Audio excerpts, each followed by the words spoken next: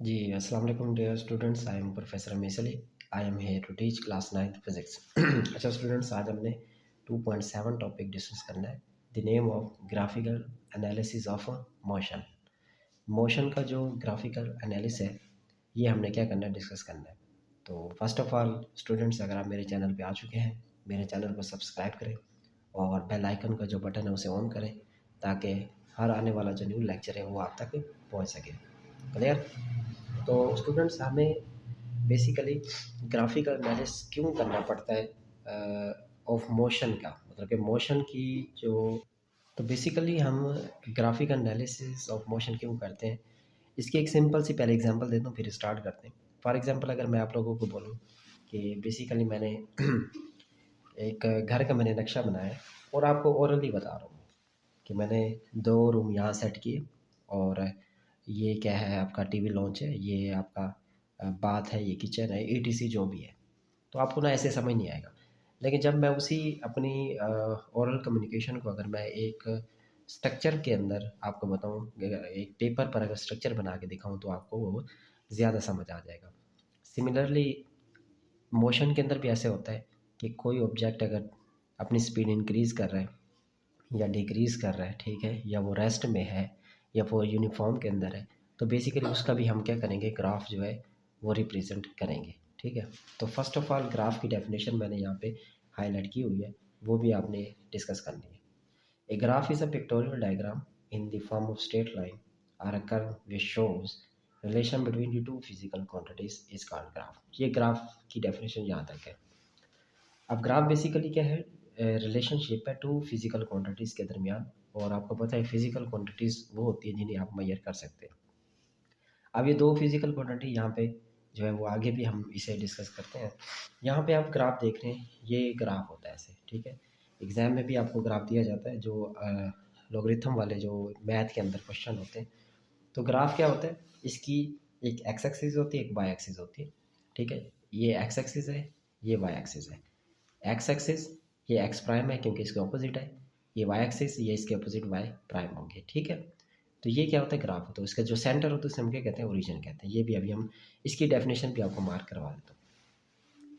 Next है, usually we draw a graph on a paper on which equally space horizontal and vertical lines drawn. जब आप graph draw करते हैं तो वो कहते हैं हॉरिजॉन्टल, ठीक है, और वर्टिकल आप इक्वली मतलब कि स्पेसिस के अंदर आप अपनी वैल्यू लिख रहे होते हैं। ठीक है।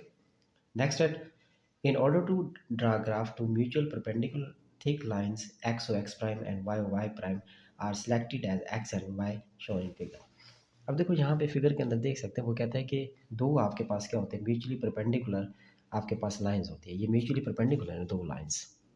अब ये क्या है, X O X prime, Y O Y prime, यही इसके अंदर बता रहा था ना, जो कि क्या है आपके पास एक्स और वाई एक्सिस पे ड्रा की गई।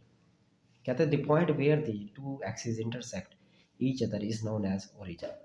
ओरिजिन यहाँ पे क्या है, दो लाइंस कहते हैं जो आपस में इंटरसेक्ट हो रही है। इंटरसेक्ट का मतलब क्या है, आपस में कोइंसाइड होना, आपस में मिलना। ये क्या है, ओ है, इसे हम क्या कहते हैं, ओरिजिन कहते हैं। और यहाँ से यहाँ तक डेफिनेशन ओरिजिन की है। ठीक है। नेक्स्ट कहता है कि the positive value along x axis and taken to right side of the origin and negative value are taken to the left side of the origin. Similarly positive value along Y axis are taken above the region whereas negative value are taken below the region। अब ये जो paragraph जो मैंने read किया, इसमें देखें, जो right side पे वैल्यू है एक्स एक्सिस की वो पॉजिटिव है, जो लेफ्ट साइड पे एक्स एक्सिस पे वो नेगेटिव होगी। इसी तरह जो वाई साइड के अप है, मतलब कि वो वैल्यू जो कि ओरिजिन से अबव है वाई एक्सिस पे वो पॉजिटिव होगी, और वो वैल्यू जो ओरिजिन से बिलो है वाई एक्सिस पे वो क्या होंगी, नेगेटिव। मतलब कि positive negative positive negative. Clear? ये आपने याद रखना है। Normally, independent quantity along y-axis, sorry, x-axis and dependent variable quantity along y-axis। मतलब कि independent quantity आपकी x-axis पे आती है और dependent quantity किस पे आती है, y-axis पे आती है। ठीक है। अब इसकी एग्जांपल आगे दी हुई है। ये है आपका x-axis, यहाँ पे independent जो है क्वांटिटी आएंगी एक्स एक्सिस पे, वाई एक्सिस पे क्या आएंगे, डिपेंडेंट आएंगे। एग्जांपल क्या है इसके, in distance time graph time is independent. आपको पता है टाइम जो है इंडिपेंडेंट है और एस डिस्टेंस है dependent. Therefore T should be along x axis, S along Y axis. तो ग्राफ के अंदर क्या होगा कि आपके पास टाइम जो है इंडिपेंडेंट है, वो एक्स एक्सिस पे आएगा, डिस्टेंस जो है वाई एक्सिस पे आएगा। अब इसकी ना एक एग्जांपल आपको बता देता हूँ कि एक्स एक्सिस की और वाई एक्सिस की। अब हमने कहा कि इंडिपेंडेंट क्वांटिटी एक्स एक्सिस पे आती है जब भी हम मतलब कि कोई ग्राफ जो है ऐसे ड्रा करते हैं, ठीक है। तो यहाँ हम टाइम ले रहे होते हैं और यहाँ हम डिस्टेंस ले रहे होते हैं। ये सेकंड के अंदर होता है और ये मीटर के अंदर।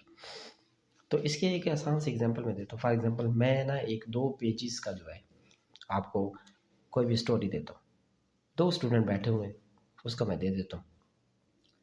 अब जो याद करनी है आपने स्टोरी वो तो लिमिटेड है, 2 ही पेज आपने तैयार करने हैं ना, ठीक है। इससे ज़्यादा तो आपने नहीं करने। अगर आपने 2 पेज तैयार करने हैं, वो जो लेंथ है वो आपकी क्या है, डिपेंडेंट है। टाइम इंडिपेंडेंट कैसे हुआ? देखो, एक बच्चा सही ना, वो जल्दी तैयार कर लेगा, उसके लिए टाइम कम है। एक बच्चा जो है वो नहीं तैयार कर सकता, उसे ज़्यादा टाइम लगेगा। तो दोनों के लिए टाइम क्या है, डिफरेंट है, टाइम इंडिपेंडेंट है। लेकिन जो लेंथ है उसकी स्टोरी की, वो दोनों के लिए क्या है, सेम है। क्लियर? अब नेक्स्ट चलते हैं डिस्टेंस टाइम ग्राफ को डिस्कस करते हैं। अच्छा, इसमें डिस्टेंस टाइम ग्राफ के अंदर हम बेसिकली 4 ग्राफ पढ़ते हैं। एक हम यूनिफॉर्म ग्राफ पढ़ेंगे, यूनिफॉर्म किसे कहते हैं। एक हम वो ग्राफ पढ़ेंगे जिसके अंदर स्पीड इंक्रीज होगी, 2 ग्राफ। एक ग्राफ हम बनाएंगे जिसके अंदर स्पीड लो हो रही होगी, कम हो रही होगी, डिक्रीज हो रही होगी। और एक ग्राफ हम बनाएंगे जब स्पीड 0 होगी, हम कह सकते हैं कि गाड़ी क्या होगी, रेस्ट में होगी। ये 4 ग्राफ हमने डिस्कस करने, बड़े ही सिंपल मेथड के साथ। क्लियर? तो ये जो ग्राफ है आपके पास, पहला ग्राफ है यूनिफॉर्म। यूनिफॉर्म स्पीड का ग्राफ हमने बनाना है। यूनिफॉर्म स्पीड से मुराद ये होता है कि जैसे जैसे आपका टाइम बढ़ेगा वैसे वैसे आपका क्या होगा, डिस्प्लेसमेंट भी बढ़ेगा, ठीक है। तो लेट करते हैं moving car moving in straight line on the motorway, suppose we measure its distance from starting point after every 1 minute a record in table. ये एक टेबल है, इसके टेबल के अकॉर्डिंग आपने इसका ग्राफ बनाना है। अब ये टाइम आपको दिया हुआ है, डिस्टेंस भी दिया हुआ है। टाइम एक्स एक्सिस पे आएगा, डिस्टेंस वाई एक्सिस पे आएगा। आपने सिंपल ड्रॉ करना है। पहले आपका टाइम 0 है, डिस्टेंस 0 है। फिर टाइम 1 हुआ, डिस्टेंस भी हुआ। 2 हुआ, 2.4 हुआ। 3, 3.6। तो जैसे जैसे टाइम वेरी कर रहा है वैसे वैसे डिस्टेंस हो रहा है। तो हमेशा यूनिफॉर्म स्पीड का ग्राफ हमेशा स्ट्रेट लाइन में होता है, ये बात आपने याद रख लेना है। अच्छा, अगर पेपर में आ जाए कि draw the graph when object move in uniform speed, तो आपने कहाँ से कहाँ तक लिखना है और कैसे मतलब कि ग्राफ बनाना है। अगर आपके पास ये वैल्यू ना दी हुई है, शॉर्ट क्वेश्चन आ जाए, तो अपनी तरफ से लिख लेना। यहाँ पे टाइम स्टार्ट कर देना 1 2 3 4 5 6 7 8, और डिस्टेंस स्टार्ट कर देना 2 4 6 8 10 12 अपनी तरफ से, ठीक है। तो अब नेक्स्ट चलते हैं यहाँ पे। अच्छा जी, यहाँ पे देखें कि यहाँ मैं सिंपल करके आपको समझा देता हूँ, आपने इतनी टेंशन नहीं लेनी। अब ये कोई स्ट्रेट लाइन में, ठीक है, स्ट्रेट लाइन में ना, जब 1 मिनट के अंदर 1.2 डिस्टेंस या मीटर कवर हुआ है, 2 मिनट के अंदर 2.4, 3 के अंदर 3.6। अब जैसे जैसे टाइम वेरी कर रहा है वैसे वैसे डिस्टेंस भी वेरी कर रहा है, तो ये ग्राफ क्या बनेगा, एक स्ट्रेट लाइन में ग्राफ बनेगा, ठीक है। तो जैसे मैंने बताया था वो कुछ ऐसे था कि यहाँ पे ऐसे, ये आपके पास टाइम है, ये क्या आपके पास डिस्टेंस है, ठीक है। तो यहाँ पे आपने ऐसी लाइन लगा लेनी, 1 2 3, यहाँ पे लगा देना इक्वल डिस्टेंस पे। वो हमने पैराग्राफ पढ़े ना, इक्वल डिस्टेंस का रखना होता है 2 3। मैंने कहा यहाँ पे 2 लिख देना, 4 लिख देना, 6 लिख देना। अब यहाँ से 1, यहाँ से 2, यहाँ से 2, यहाँ से 4, यहाँ से 3, यहाँ से 6, तो ग्राफ क्या बनेगा, एक स्ट्रेट लाइन में बनेगा। आप ऐसे भी बना सकते हैं बिल्कुल, ठीक है। लेकिन पहले आपने स्टेटमेंट लिखनी है। स्टेटमेंट कैसे लिखोगे कि दिस ग्राफ शो डैट, आप स्टार्टिंग ऐसे, क्योंकि ग्राफ आपने बनाया होगा, ठीक है, यूनिफॉर्म स्पीड का आपने अगर वो मेंशन करता है, तो this graph show that car has covered equal distance in equal interval of time, मतलब कि इक्वल डिस्टेंस कवर कर रही है equal interval of time. This show that car moves with uniform speed, car जो है बेसिकली यूनिफॉर्म स्पीड में है। Therefore straight line graph between time and distance represent motion is uniform speed. Motion क्या होगी आपके पास है, यूनिफॉर्म स्पीड के अंदर होगी। यूनिफॉर्म स्पीड यही होती है कि जैसे जैसे टाइम बढ़ता जाएगा वैसे वैसे गाड़ी की जो स्पीड है उसी हिसाब से बढ़ती जाएगी, ठीक है। अब सेकंड ग्राफ है, यहाँ से ये सेकंड ग्राफ शुरू हो रहा है, ठीक है। तो सेकंड ग्राफ जो है वो है इंक्रीजिंग स्पीड। जब भी स्पीड इंक्रीज होती है तो ग्राफ हमेशा अप की तरफ क्या हो रहा होता है, कर्व हो रहा होता है। मतलब कि ग्राफ अगर अप की तरफ ऐसे कर्व ग्राफ अप है तो ये इंक्रीजिंग होती है, अगर ग्राफ इस सिचुएशन में है तो वो डिक्रीज हो जाएगी। तो हम पहले इंक्रीजिंग की बात करते हैं। इसके अंदर क्या होगा, इसके अंदर भी आपने ग्राफ मतलब कि इस सिचुएशन में बनाना है कि जब ग्राफ ऊपर की तरफ जा रहा होगा कर्व, तो वो इंक्रीजिंग स्पीड को रिप्रेजेंट करता है। ठीक है, तो आपने लिखने के अंदर पहले लिखना है कि this graph show that speed goes on increasing in equal interval of time. This is very obvious from the graph. This graph line curve upward. This is case when the car is moving with certain acceleration. अब ये जो मैंने underline जितना किया ये आपने इसके अंदर लिखना है। अब ये ग्राफ क्या शो कर रहा है, जब स्पीड इंक्रीज हो रही है इसका मतलब है उसका एक्सेलरेशन क्या हो रहा है, इंक्रीज हो रहा है। जब एक्सेलरेशन इंक्रीज होगा तो कर्व ग्राफ हमेशा क्या होगा, अपवर्ड होगा।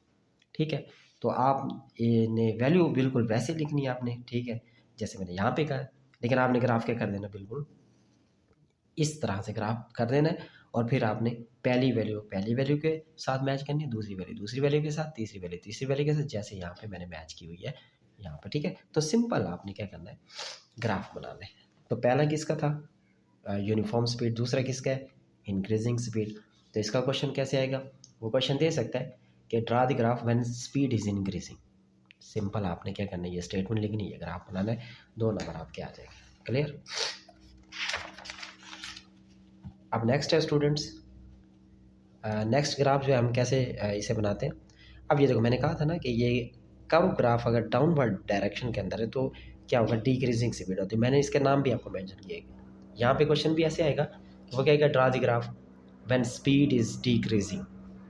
तो आपने क्या लिखना है, this graph line curve downward. ये क्या डाउनवर्ड है, this show that distance travelled in the same interval of time goes on decreasing, so speed is decreasing. This is in case motion of deceleration और negative acceleration is produced. ये statement आपने last में लिखनी है। इस case के अंदर क्या होता है कि पहले तो आपके पास जब स्पीड इंक्रीज हो रही थी तो उस टाइम एक्सेलरेशन प्रोड्यूस हो रहा था, और जब आपके पास स्पीड डिक्रीज होती है तो एक्सेलरेशन डिक्रीज होता है, उसे हम नेगेटिव एक्सेलरेशन कहते हैं, यहाँ पे मेंशन है। या फिर हम क्या कहते हैं, डिसेलरेशन भी कहते हैं, और या फिर उसका एक तीसरा नाम भी होता है, वहाँ यहाँ मैं मेंशन कर देता हूँ कि उसे कहते हैं रिटार्डेशन। क्या कहते हैं, रिटार्डेशन। ये चीज़ आपने याद रखनी है, पेपर में अगर आ गया तो आपको पता होना चाहिए, इसे हम रिटार्डेशन भी कहते हैं। क्लियर। तो ग्राफ इसका ऐसे बनेगा, वैल्यू अपनी मर्ज़ी से आप दे सकते हैं, अगर गिवन है तो सही है, अगर नहीं गिवन तो अपनी मर्ज़ी से आप दे सकते हैं। ठीक है स्टूडेंट्स, उसके बाद लास्ट ग्राफ है। ठीक है, लास्ट ग्राफ के अंदर आप देख सकते हैं ग्राफ जो है बिल्कुल एक स्ट्रेट लाइन में।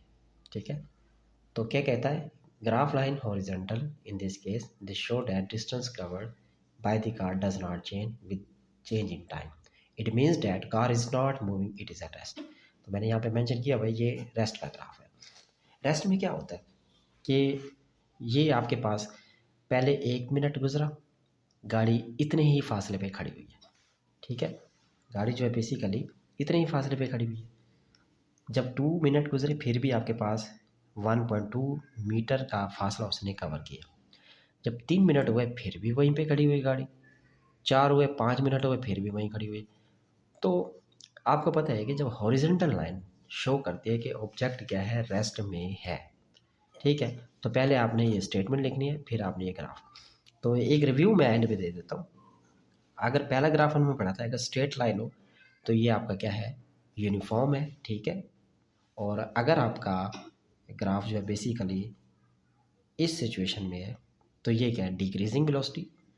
अगर आपका ग्राफ इस सिचुएशन में है तो इंक्रीजिंग वेलोसिटी, और अगर आपका ग्राफ इस सिचुएशन में है हॉरिजॉन्टल पे तो क्या है, रेस्ट।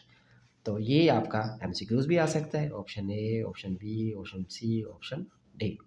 तो कह सकते हैं स्टेटमेंट क्या होगी कि इसमें से बताएं कि किस ग्राफ की जो स्पीड है वो डिक्रीज हो रही है। अगर डिक्रीज हो रही है हम ये टिक कर देंगे। तो सिचुएशन डिपेंड करती है, वो किसी तरह का भी यहाँ पे जो एमसीक्यूज है वो दे सकते हैं। ये आपका क्या है, एमसीक्यूज भी बन सकते हैं। क्लियर। तो स्टूडेंट्स उम्मीद है ये लेक्चर आपको समझ आ गया होगा। अगर कोई बात समझ नहीं आती तो आप मुझसे पूछ सकते हैं कमेंट्स के अंदर। ठीक है, अपना ख्याल रखिएगा। अल्लाह हाफिज़।